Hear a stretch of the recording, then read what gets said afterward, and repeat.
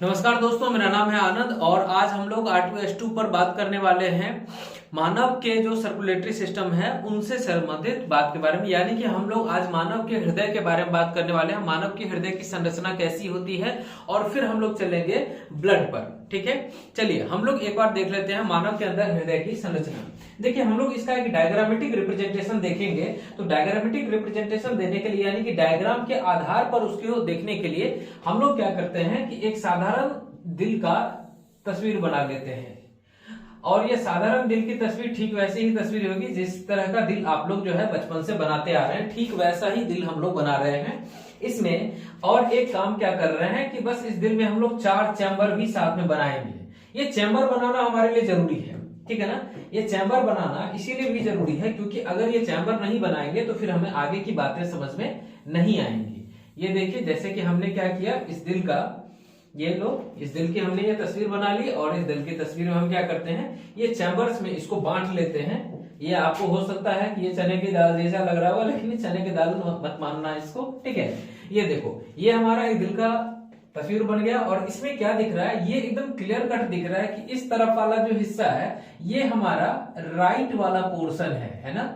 एक एक चीज को इसको हम लोग देखते चलेंगे। ये दायां वाला हिस्सा है और इस तरफ वाला जो हिस्सा है ये इसको हम लोग क्या कहते हैं, ये बायां वाला हिस्सा है, यानी कि ये हृदय का लेफ्ट तरफ का हिस्सा है। एक बार जब इसकी संरचना को आप समझ जाते हैं तो इससे संबंधित किसी भी तरह का अगर आपके पास प्रश्न आता है तो वो बिल्कुल नहीं छूटेगा, इस बात की गारंटी रखिएगा, ठीक है। देखिए, जब इसमें देखते हैं तो साथ में और क्या देखने के लिए मिलता है कि ये हृदय, हम जानते हैं कि मानव का जो हृदय है, मैमल्स के अंदर ही हमने बात कर ली थी कि वो 4 चैम्बर का बना हुआ हार्ट होता है। तो देखो, 4 चैम्बर की जब बात करेंगे तो हमें चारों चैम्बर्स को देखना पड़ेगा। तो क्या करते हैं एक बार कि इसके पहले चैम्बर्स को ड्रॉ कर लेते हैं। ये देखिए, पहले हम लोग इसके चैम्बर्स को ड्रॉ कर लेते हैं। तो यहां पर मैंने ऊपर से आने वाले एक्सिस को बना लिया कि ऊपर से अगर मान लो कि ये आ रहा है, जो ब्लड वेसल आएगा उसके लिए भी हमने यहां पर गैप बना लिया। ये रहा ऊपर से आने वाले ब्लड वेसल के लिए गैप, ठीक है। और साथ में हम लोग क्या करेंगे, एक सेकेंड, हाँ अब ये ठीक है। और इस तरफ से भी हम लोग क्या करते हैं, ऊपर से आने वाले ब्लड वेसल के लिए एक गैप बना लेते हैं। साथ में हमने यहां से भी एक गैप बना लेना है, ठीक है। फिर इससे हम बाहर जो है ब्लड वेसल जो निकलेगा उसके बारे में भी यहां पर बात करेंगे, ठीक है। चलिए अब देख लेते हैं कि इसमें जो इसको 4 चैम्बर में बांटना है, तो 4 चैम्बर में बांटने के लिए इसकी दीवारों के बारे में, दीवारों की संरचना हमें थोड़ी बहुत पता होनी चाहिए, है ना। तो ये देखो, इसका संरचना जो होता है दीवार का, आप अगर मेरे कलम के निशान पर अगर फोकस करोगे तो आपको ये चीजें बहुत अच्छे तरीके से पता चलेंगी कि कहां पर इसका स्ट्रक्चर जो है वो कैसा होता है, ठीक है। यानी कि इसके दीवार की मोटाई जो है ना, हम लोग इसको भी यहां पर आइडेंटिफाई करते हुए चलेंगे। ये देखिए, ये हमारा लेफ्ट वेंट्रिकल का डिजाइन बन रहा है और ये जो है ना साथ में ये किसका डिजाइन बन रहा है, तो ये राइट वेंट्रिकल का डिजाइन बन रहा है। थोड़ा सा एरिया जो है यहां पर से हम काट करके निकाल लेते हैं, जो कि हमारा ये इस तरफ वाले चैम्बर को ये दिखाएगा, ठीक। ये देखिए, इस तरफ वाला जो चैम्बर आ रहा है ये इस तरफ से इसको, ये आ गया हमारा राइट तरफ वाला हिस्सा हमारा बन चुका है। अब जरा लेफ्ट तरफ वाले हिस्से को ड्रॉ कर लेते हैं। यहां पर तो अभी हमने क्या किया था, पहले तो इसको हमने 2 हिस्से में बांट लिया। अब दिखा रहा है कि वो जो 2 हिस्से में बटा हुआ है, ये जो डायग्राम 2 हिस्से में हमें बटा हुआ दिख रहा है, वो एक्चुअली कैसा दिखेगा हमें एक चैम्बर की तरह से अगर हम उसको देखेंगे तब। तो ये देखिए, ये दूसरे तरफ से दीवार आएगी इसकी, ठीक है। ये देखिए, ये दूसरे तरफ से इसकी दीवार आएगी ऐसे, और ये इस तरफ से ऐसे, और फिर ये भी क्या करेगा, ये भी इस तरफ बढ़ करके, ऐसे बढ़ करके ये भी इसके लिए एक चैम्बर बनाएगा। ये इसको अलग पार्ट में बांट रहा है, ठीक है ना। ये देखो, ये बन गया हमारा अगला विभाजन, किसका, अगले चैम्बर का विभाजन, ठीक है ना। राइट और लेफ्ट दोनों तरफ के चैम्बर को हमने इस तरीके से डायग्रामेटिकली विभाजित कर लिया है। और देखिए, इसमें एक और खास बात जो आपको नजर में आ रहा होगा कि हमने इस तरफ वाले चैम्बर के दीवार की मोटाई थोड़ी ज्यादा रखी है। ऐसा करना क्यों जरूरी है इसके बारे में समझेंगे।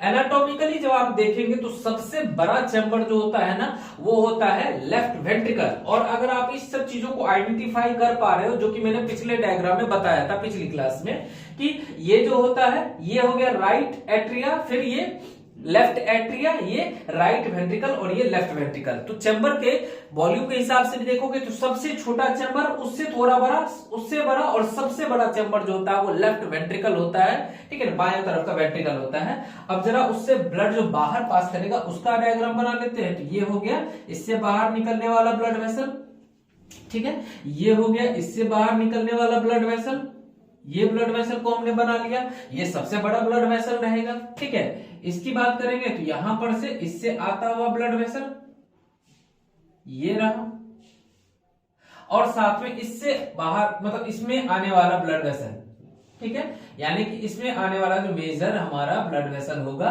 उसकी बात हमने कर ली। ये देखो चारों तरफ से ये अब हमारा पूरी तरह से क्या तैयार हो गया है, हार्ट तैयार हो गया है। और ये राइट और लेफ्ट जो हमने बांटा है ना, तो इससे समझ लेना ये इस तरफ का चैम्बर है। तो ये क्या हो जाएगा, ये राइट एट्रिया है, ये वाला एट्रिया, ये भी एट्रिया। तो राइट तरफ का है तो राइट एट्रिया, लेफ्ट तरफ का है तो लेफ्ट एट्रिया। वेंट्रिकल में भी हम लोग उसी तरीके से बात करेंगे, राइट तरफ का है तो राइट वेंट्रिकल, लेफ्ट तरफ का है तो लेफ्ट वेंट्रिकल, है कि नहीं। बात समझ में आ रही है, एक एक पॉइंट क्लियर हो रहा होगा। अब देखो इसमें मजेदार बात क्या, कि एक हमें इस तरह का परत जैसा स्ट्रक्चर देखने के लिए मिल रहा है जो कि राइट और लेफ्ट को अलग अलग बांट रहा है, ये बीच वाला जो है। तो इसको क्या कहा जाता है ना, इसको सेप्टा कहा जाता है, ठीक है। बीच में जैसे कि आप लोग फंजाई वगैरह में भी पढ़ोगे तो मान लो कि एक सेल है और ये दूसरा सेल है, दोनों सेल को जो बीच में से क्या कर रहा है, अलग कर रहा है, बांट रहा है, इसको क्या कहा जाता है, इसको सेप्टा कहा जाता है, ठीक है। इसको क्या कहा जाएगा, सेप्टा कहा जाएगा। और इस सेप्टा को अगर हम लोग सिंगुलर फॉर्म में बात करेंगे, एक वचन के फॉर्म में बात करेंगे, तो इसी को सेप्टम कहा जाता है, ठीक है ना। इसको क्या बोलेंगे, सेप्टम करेंगे। अब देखो जब इस जगह पर बात कर रहे हैं तो यहां पर हम देख क्या रहे हैं, हार्ट के बारे में देख रहे हैं। तो हार्ट के चैम्बर्स को सेपरेट करने वाला भी ये क्या कहलाएगा, तो सेप्टम ही कहलाएगा। तो हम लोग क्या करते हैं कि इसका अब नामकरण शुरू कर देते हैं, ठीक है। जैसे कि ये वाला अगर हम लोग बात करेंगे इसके बारे में, तो देखो दोनों एट्रिया के बीच में जो सेप्टम है, ये यहां से यहां तक क्या, ये यहां से यहां तक हो गया एट्रिया, यहां से यहां तक ये पूरा का पूरा क्या, ये हो गया वेंट्रिकल, है ना। ये क्या हो गया, वेंट्रिकल हो गया, और ये हो गया एट्रिया। तो बताओ कि दोनों एट्रिया के बीच में जो सेप्टम है उसको क्या बोलेंगे, उसको बोलेंगे इंटर एट्रियल सेप्टम। ये वाला जो है डायग्राम हमारा, इसको हम क्या कहेंगे, इसको हम कहेंगे इंटर ऑरिकुलर या फिर इंटर एट्रियल सेप्टम। ये देखो यहां पर हम नाम लिख देते हैं, ये क्या हो जाएगा, इंटर, इंटर का मतलब जो दो के बीच में हो, इंटर एट्रियल, एट्रिया के बीच में है इसीलिए एट्रियल सेप्टम, ठीक है ना। ये हमने क्या का नाम दिया इसका, इंटर एट्रियल सेप्टम। इस वाले सेप्टम को क्या बोलोगे, बोलो जो दो वेंट्रिकल के बीच में है उसको क्या बोलोगे, उसी तरह से नाम रखो इसका भी, इंटर वेंट्रिकुलर सेप्टम, है कि नहीं। इसका क्या नाम रखेंगे, ये हो गया इंटर वेंट्रिकुलर सेप्टम, है कि नहीं। आसान नाम है। अगर हम लोग एक एक चीज को लॉजिक लगा कर देखेंगे तो सारा याद रह जाने वाला है, कोई बहुत बड़ा नहीं दिक्कत होता है। ऐसे लगता है कि बायोलॉजी में नाम जो होता है बहुत कठिन होता है, आप देखो ना सारे नाम लॉजिकल है, कोई दिक्कत नहीं है कहीं किसी को याद करने में। दोनों एट्रिया के बीच में है तो इंटर एट्रियल सेप्टम, इंटर मतलब बीच में, दोनों वेंट्रिकल के बीच में तो क्या कह देंगे, इंटर वेंट्रिकुलर सेप्टम। बताओ कहीं दिक्कत है इसमें नाम याद करने में, है कि नहीं। और अब मजेदार बात कि जो एट्रिया और वेंट्रिकल के बीच में जो सेप्टम है ना, बताओ एट्रिया और वेंट्रिकल के जो बीच में सेप्टम है उसको अब क्या कहोगे। तो ये हो गया मजेदार बात, ये वाला जो है सेप्टम ये क्या कहलाएगा, इसको कहेंगे एट्रियो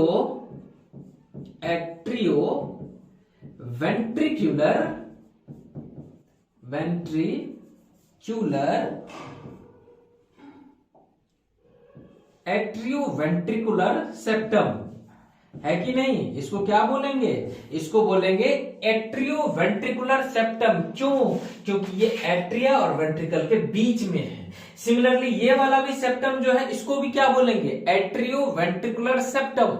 ये भी इसको और इसको अलग करता है। भले आपको अभी लग रहा होगा कि ये तो बीच में गैप है, इसमें भी बीच में गैप है, लेकिन ऐसा नहीं है, यहाँ गैप नहीं होता है। यहाँ क्या होता है, यहाँ पर एक खास तरह का स्ट्रक्चर होता है। उस स्ट्रक्चर के बारे में यहाँ पर देख लेते हैं। इधर भी एक स्ट्रक्चर और इधर भी एक स्ट्रक्चर है ना। दोनों तरफ हमें क्या देखने के लिए मिलता है, इस तरह से स्ट्रक्चर देखने के लिए मिलता है। और ये वाला जो स्ट्रक्चर है, जो राइट तरफ वाला है, इसमें तीन तरफ से ये इस तरह से फ्लैप लगा हुआ होता है, परत जैसा, कवर जैसा लगा हुआ है, तीन तरफ वाला। और इसमें दो तरफ वाला लगा हुआ है, ठीक है ना। तो ये बताओ कि अब ये दो भाग में बटा ना, ये जो बना रखा है हमने, ये क्या है, तो इसके बारे में जान लेते हैं। देखो ये है क्या, तो एट्रिया और वेंट्रिकुलर के बीच में ये प्रेजेंट होता है, और ये भाल्व है, ये खुलने और बंद होने वाला भाल्व है। सेप्टम कहीं नहीं जाएगा, सेप्टम नहीं ज्यादा मूव करेगा। मूव कौन करेगा, ब्लड को जब इसमें से इसमें आना है, जब रक्त को इसमें से इसमें आना है, तो कौन खुलेगा बंद होगा, इस भाल्व में जो ये कस्प लगे हुए हैं ये खुलेंगे बंद होंगे। मान लो कि दो वाला ही कस्प का बात करते हैं कि ये कुछ इस तरह का होगा। जब ऊपर से ब्लड का प्रेशर पड़ेगा, जब ये संकुचित होगा, कॉन्ट्रैक्ट होगा, ये एट्रिया, लेफ्ट वाला एट्रिया, तो बताओ कि ये दोनों इस तरह से करके लगे हुए, इस पर प्रेशर पड़ेगा, ये खुलेगा ना। और जब खुलेगा तो ब्लड कहां चला जाएगा, आ जाएगा लेफ्ट वेंट्रिकल में। बात समझ आ गई। और फिर क्या होगा, जब ये संकुचित होने वाला वो, उससे पहले ये जो है इस पर जैसे दीवार पे इस पर प्रेशर पड़ेगा, ये ढप से ऐसे करके बंद हो जाएगा। इसी तो साउंड आता है ना, हार्ट साउंड की जो हम बात करते हैं, इसी दोनों के खुलने बंद होने से होता है। फिर यहाँ पर भी भाल्व होता है, उसके भी खुलने बंद होने से हार्ट का साउंड निकलता है। आप लोग जो लबडब की बात करते हो ना, वो यहीं से जनरेट होता है वो साउंड, ठीक है। तो एक एक की बात करेंगे। तो ये बताओ, ये वाला भाल्व किसके बीच में प्रेजेंट है, तो एट्रिया और वेंट्रिकल के बीच में प्रेजेंट है। तो इसको क्या बोलेंगे, इसको एट्रियो वेंट्रिकुलर भाल्व कहेंगे। इसको क्या बोलेंगे, एट्रियो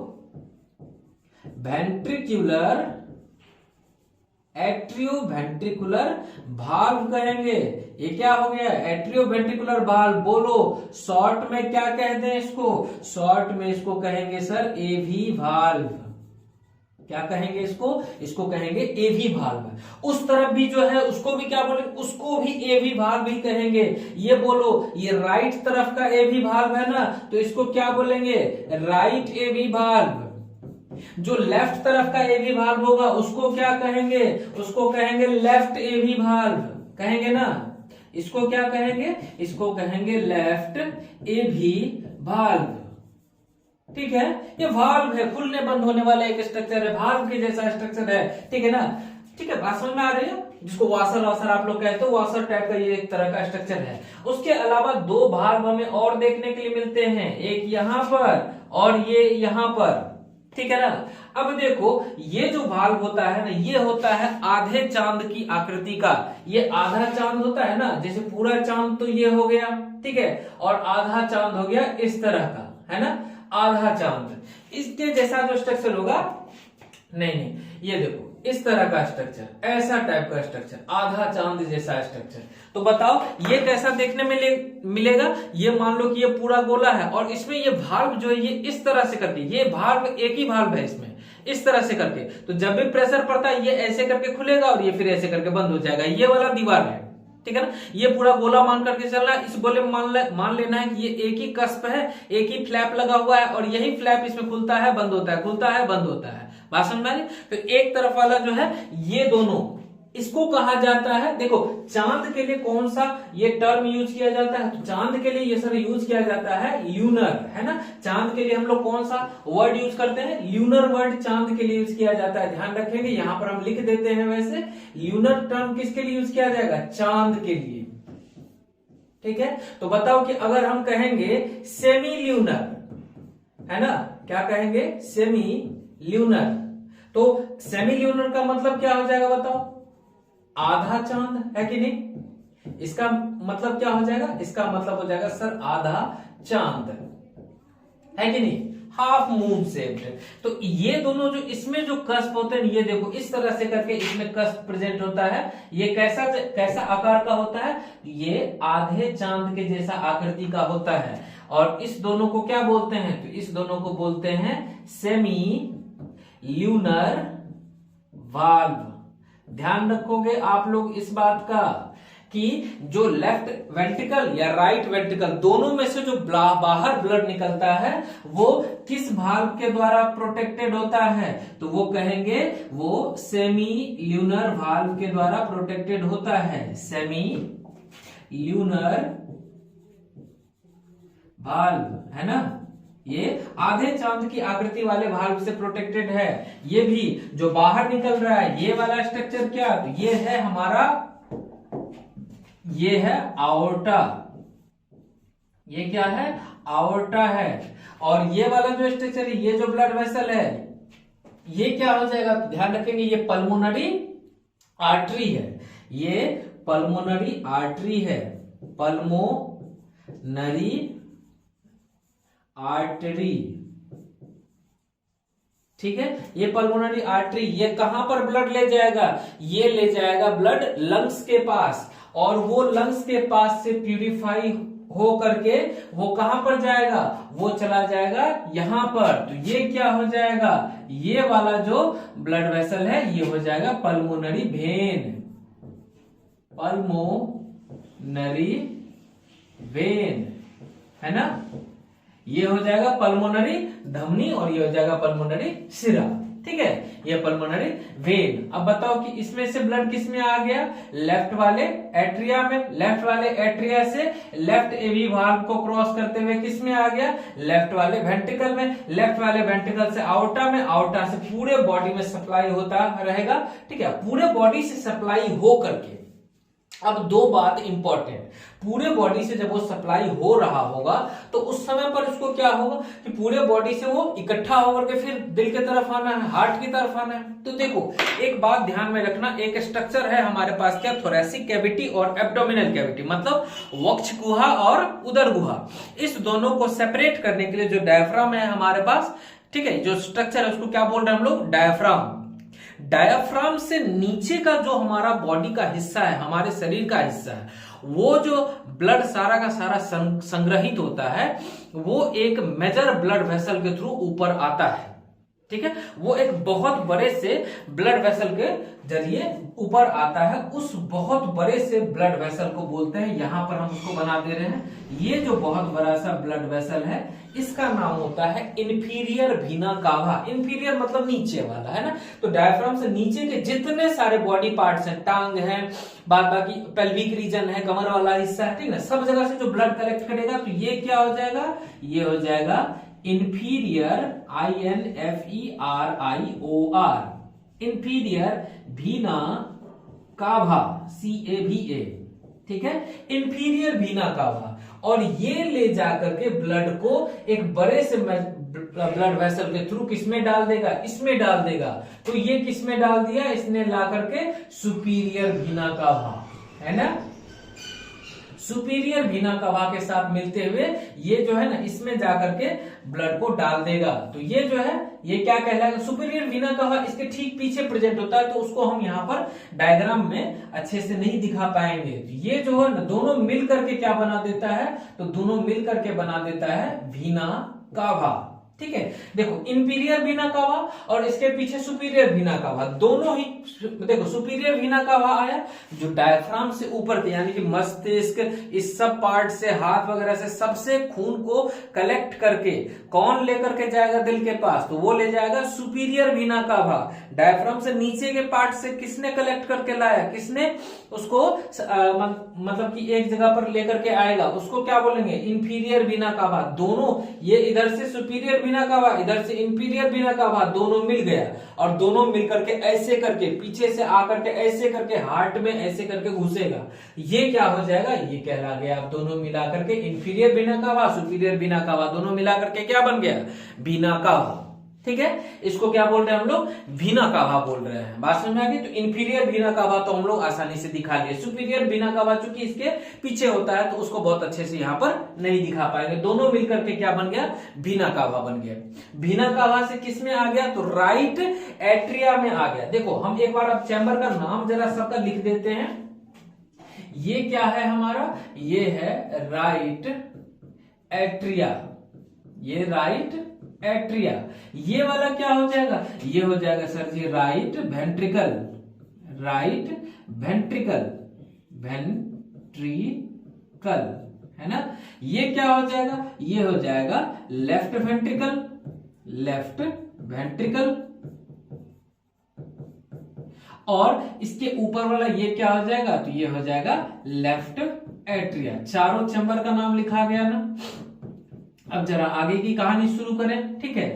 चलो अब जरा भाल्व की बात कर लेते हैं। एट्रिया वेंट्रिकल के बीच में जो भाल्व है, AV valve, atrio ventricular valve, उसकी बात कर लें तो जो राइट साइड का भाल्व होता है उसमें देखो कितने कस्प हैं। ये इस तरह का है और इसमें एक कस्प ऐसा, एक कस्प ऐसा और दूसरा तीसरा कस्प ऐसा, तो टोटल कितने कस्प, 3 कस्प। तो इसको हम लोग क्या बोलेंगे, जो राइट साइड का भाल्व होता है ये ट्राई कस्पिड भाल्व होता है। ये कैसा होता है, ये ट्राइकस्पिड भाल्व होता है। और जो लेफ्ट साइड का भाल्व होता है, लेफ्ट साइड का एबी भाल्व जो है बाएं तरफ का, जिसमें 2 ही कस्प है ना, तो बताओ 3 के लिए ट्राई यूज किए, 2 के लिए क्या यूज करेंगे, बाई यूज करेंगे, है कि नहीं। इसको बोलेंगे बाई कस्पिड भाल्व।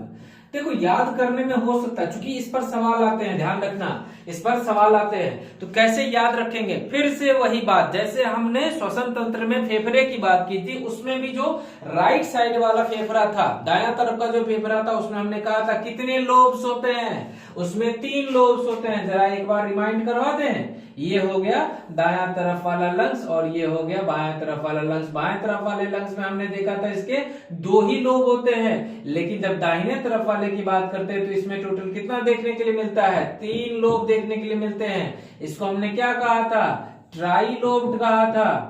तो कुछ ऐसा ही सिमिलैरिटी ना यहां पर भी देखने के लिए मिलेगा। इसको हटा देते हैं, ठीक है, ये समझाने भर के लिए था।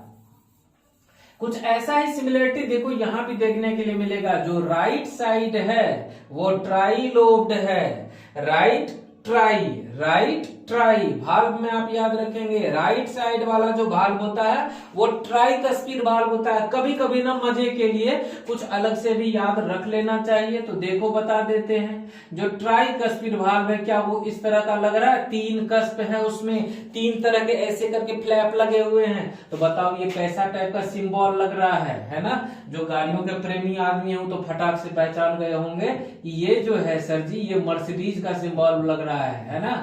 तो ट्राइकस्पिड भाल्व को मेरा सुगा लोग, इसको एक और नाम कहा जाता है, इसको मर्सिडीज भाल्व कहा जाता है। ध्यान रखना, इसको क्या बोलेंगे, तो इसको मर्सिडीज भाल्व बोलेंगे। तुम्हारे दिल में भी एक मर्सिडीज प्रेजेंट होता है ना। भले अलग बात है कि वो किसके फॉर्म में प्रेजेंट है, तो वो तुम्हारे दिल के भाल्व के फॉर्म में प्रेजेंट है, उसको क्या बोल रहे हैं, मर्सिडीज भाल्व बोल रहे हैं। और ध्यान रखना इसका नाम थोड़ा अलग है। बाइकस्पिड भाल्व जो होता है, बाइकस्पिड भाल्व जिसमें 2 कस्प हैं, इसको क्या कहा जाता है, तो इसको ध्यान रखना, इसको मिट्रल भाल्व कहा जाता है। इसको क्या बोलेंगे, इसको मिट्रल भाल्व कहा जाता है।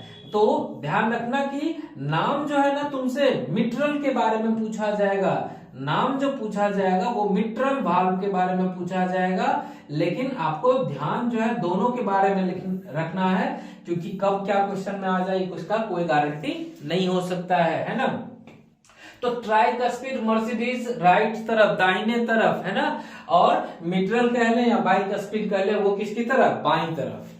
एक और चीज जो यहाँ पर हम लोग को ध्यान में रखना है, जरा सा इसके लिए हम कलर कोई और सिलेक्ट कर ले। हाँ देखो, इन कस्प के खुलने और बंद होने के लिए क्या ये अकेले रिस्पॉन्सिबल होते हैं, क्या ये खुलेंगे, तो ऐसा हुआ पता चला कि जब ये ऊपर गए, जब नीचे से वेंट्रिकल ने पंप किया तो ये यहाँ पर आकर के बंद तो ऐसे करके हो गया, ये ऐसे था, ऊपर से जब धक्का पड़ा तो ये ऐसे खुल गया तो ब्लड आ गया है ना, नीचे आ गया, और जब ये वापस धक्का मारा तो ये ऐसे बंद हो गया। लेकिन ऐसा भी तो हो सकता है, ये तो कस्प है, परत जैसे स्ट्रक्चर है, ज्यादा जोर से धक्का लगा और पता चला ये ऊपर हो गया, तो ब्लड वापस किस में आ जाएगा, वापस चला जाएगा एट्रिया में, इधर से वापस चला जाएगा एट्रिया में। ऐसा होने से रोकने के लिए यहां पर न कुछ तार जैसे स्ट्रक्चर्स लगे रहते हैं इसकी दीवारों से, कुछ इसकी दीवारों से ऐसे तार जैसे स्ट्रक्चर्स लगे रहते हैं, है ना। और इन तार जैसे स्ट्रक्चर्स को क्या बोलते हैं, इसका नाम तार पर ही पड़ा हुआ है, इसको क्या बोलते हैं, इसको बोलते हैं ध्यान रखें, इसको इसी तरीके से पूछा भी जाता है, कॉर्डी टेंडाइनी। इसको क्या बोलेंगे? कॉर्डी टेंडाइनी बोलेंगे। ये जो स्ट्रक्चर है कॉर्डी, इधर भी लगा हुआ है, एक ही तरफ बना रहे हैं क्योंकि इधर और भी चीजें ड्रॉ करनी है ना। तो बताओ इसको क्या बोलेंगे? कॉर्डी टेंडाइनी। क्या करता है? तो कॉर्डी टेंडाइनी इसके मतलब ब्लड के रीगर्जिटेट को होने से रोकता है। रीगर्जिटेशन क्या होता है?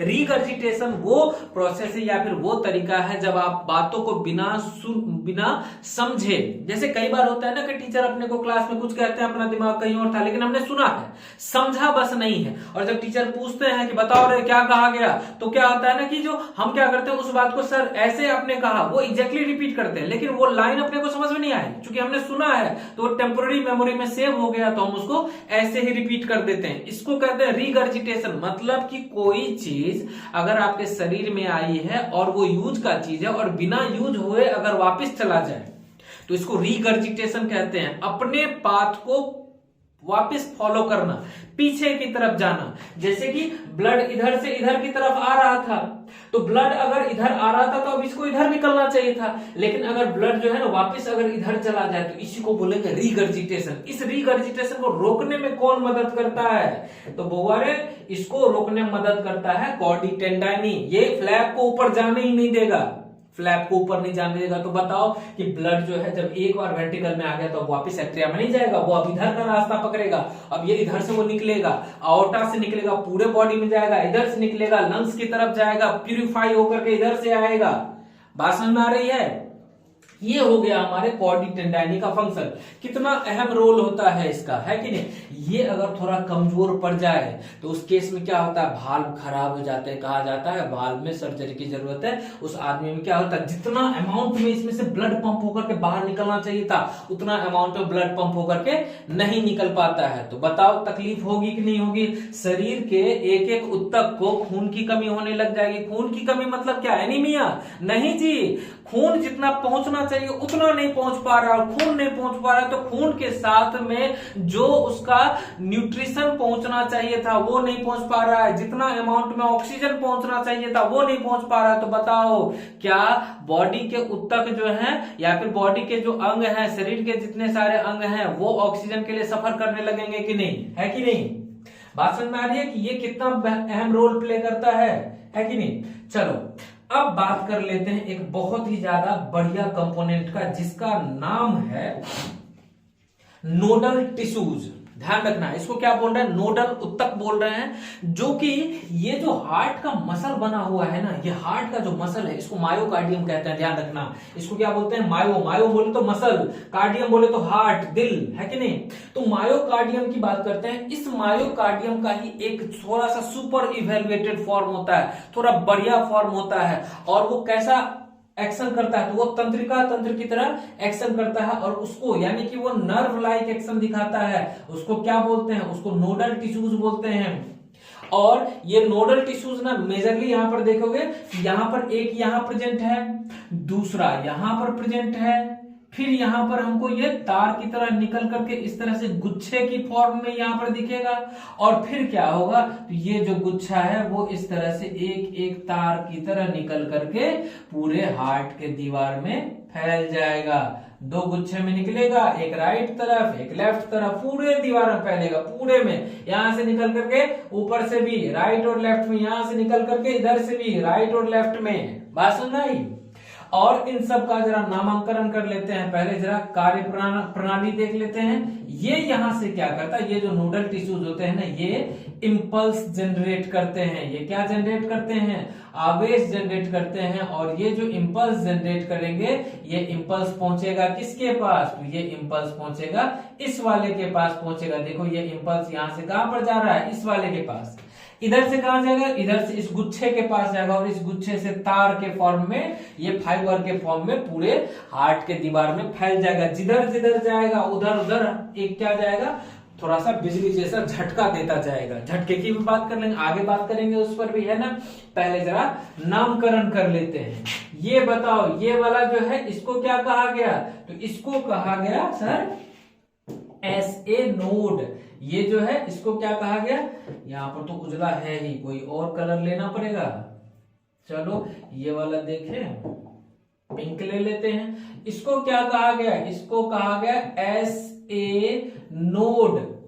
और ध्यान रखेंगे आप लोग, ये जो ऐसे नोड होता है इसको pacemaker of the heart कहा जाता है, क्योंकि हार्ट को जितना जरूरत है, मतलब कि पूरे बॉडी को जितना जरूरत है हार्ट को पंप करवा करके ब्लड सप्लाई करवाने का, उसका पूरा जिम्मेदारी कौन ले रखा है, तो ऐसे नोड ले रखा है। इसी के इंपल्स जनरेट करने से हार्ट जो है हमारा लगभग 70 से 72 बार धड़कता है। इसको हमने क्या कह दिया, मेन पेस मेकर कह दिया। ये वाला जो नोड है इसको क्या कहा, देखो वो था साइनस के पास था, तो साइनस, और चूंकि प्रेजेंट किसके मसल में, एट्रिया के मसल में, तो साइनो एट्रिवियल नोड कहते हैं, शॉर्ट में कहा SA नोड, साइनो एट्रिवियल नोड।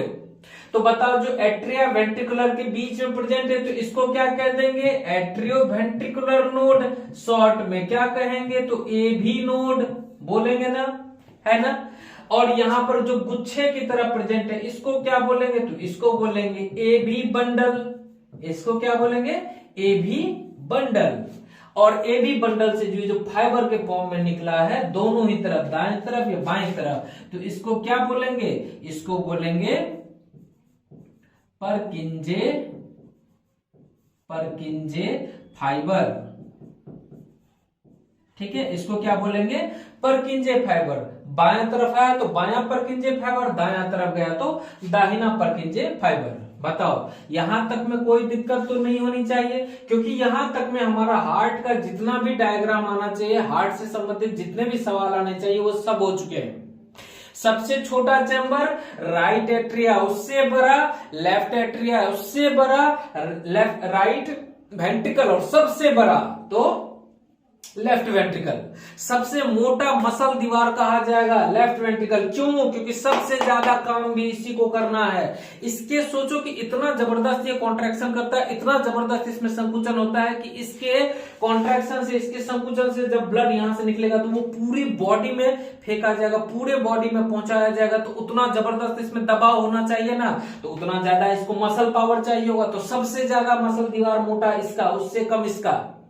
सबसे बड़ा चैम्बर भी होता है ये, सबसे ज्यादा दम लगा करके सबसे जबरदस्त कॉन्ट्रैक्शन लेफ्ट वेंट्रिकल करता है। उससे कम ये करेगा, उससे कम ये करेगा, उससे कम ये करेगा। बात समझ आई। सबसे आसानी से तसल्ली से ब्लड को कलेक्ट करेगा ये वाला और ये वाला, तुरंत फेंकेगा ये वाला और ये वाला। बात समझ आई। आपसे जो सवाल पूछा जाएगा सबसे बड़ा चैम्बर कौन होता है, हम कहेंगे लेफ्ट वेंट्रिकल। सबसे ज्यादा मोटा मसल वाला, सबसे ज्यादा मांसपेशी वाला, सबसे ज्यादा मायोकार्डियम वाला चैम्बर कौन सा, तो लेफ्ट वेंट्रिकल। बात समझ में आ गई। और आपसे पूछा जाएगा ऐसे नोड कहां प्रेजेंट होता है, तो नाम से याद रखना साइनो एट्रिवियल नोड। ये देखो ये साइनस है ना, इसके बगल में प्रेजेंट है एट्रिया की दीवार में, तो साइनो एट्रिवियल नोड। ठीक है, ये नोडल टिश्यूज होते हैं। ये यहां से आया है इंपल्स, इसमें से जनरेट होकर के इलेक्ट्रिकल इंपल्स जिसके हिसाब से हार्ट धड़कता है, ये पहुंचा किसके पास, AV नोड के पास। AV नोड से बंडल ऑफ हिस के पास, बंडल ऑफ हिस से परकिंजे फाइबर से पास। हम इसका इलेक्ट्रिकल पाथवे लिख देंगे, इसके लिए घबराना नहीं है। ठीक है ना। ये पहुंच गया परकिंजे फाइबर, परकिंजे फाइबर से पूरे के पूरे हार्ट के दीवार में फैला दिया जाएगा। बात समझे। पहले जो है इंपल्स जाएगा दोनों तरफ के एट्रिया में, एट्रिया सिकुड़ गया, एट्रिया से ब्लड आ गया किसमें, वेंट्रिकल में। अब दोनों तरफ के वेंट्रिकल में गया, दोनों तरफ का वेंट्रिकल सिकुड़ेगा और ये निकल जाएगा इधर इधर, क्योंकि भाल्व तो ऊपर बंद हो गया है कि नहीं।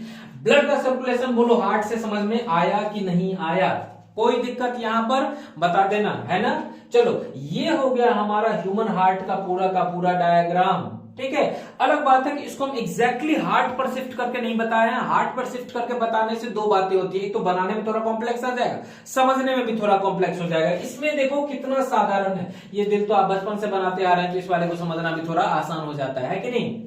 यहां तक में कोई भी दिक्कत हो बताना जरूर। ठीक है। अब जरा इलेक्ट्रिकल पाथवे की बात कर लेते हैं। तो देखो इलेक्ट्रिकल पाथवे जब हम लोग लिखते हैं हार्ट का, तो वो कहां से होता है। पहले तो हम लिख रहे थे नोडल टिश्यूज कौन कौन से हैं, नोडल टिश्यूज।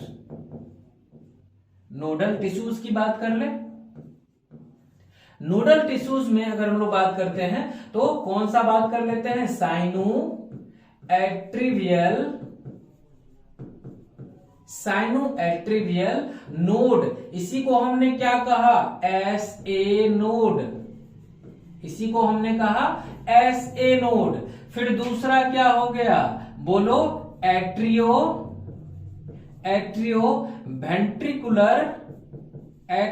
Ventricular node. और इसी को शॉर्ट में क्या कह दिए, एवी नोड। क्या बोले इसी को, एवी नोड। उसके बाद हमने किसकी बात की, हमने बात की एट्रियो वेंट्रिकुलर बंडल की, जो गुच्छा था, है ना, एट्रियो वेंट्रिकुलर बंडल,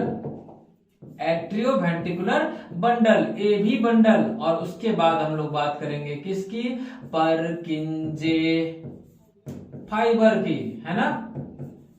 और हमारा जो इलेक्ट्रिकल इंपल्स निकलेगा, सबसे मेन इंपल्स जनरेटर कौन, साइनोइट्रियल नोड। सबसे मेन इंपल्स कौन बनाएगा, तो ये जनरेट करेगा। इसीलिए इसको क्या कहा जाता है, तो ध्यान रखना बउआ रे, इसको pacemaker of the heart कहा जाता है।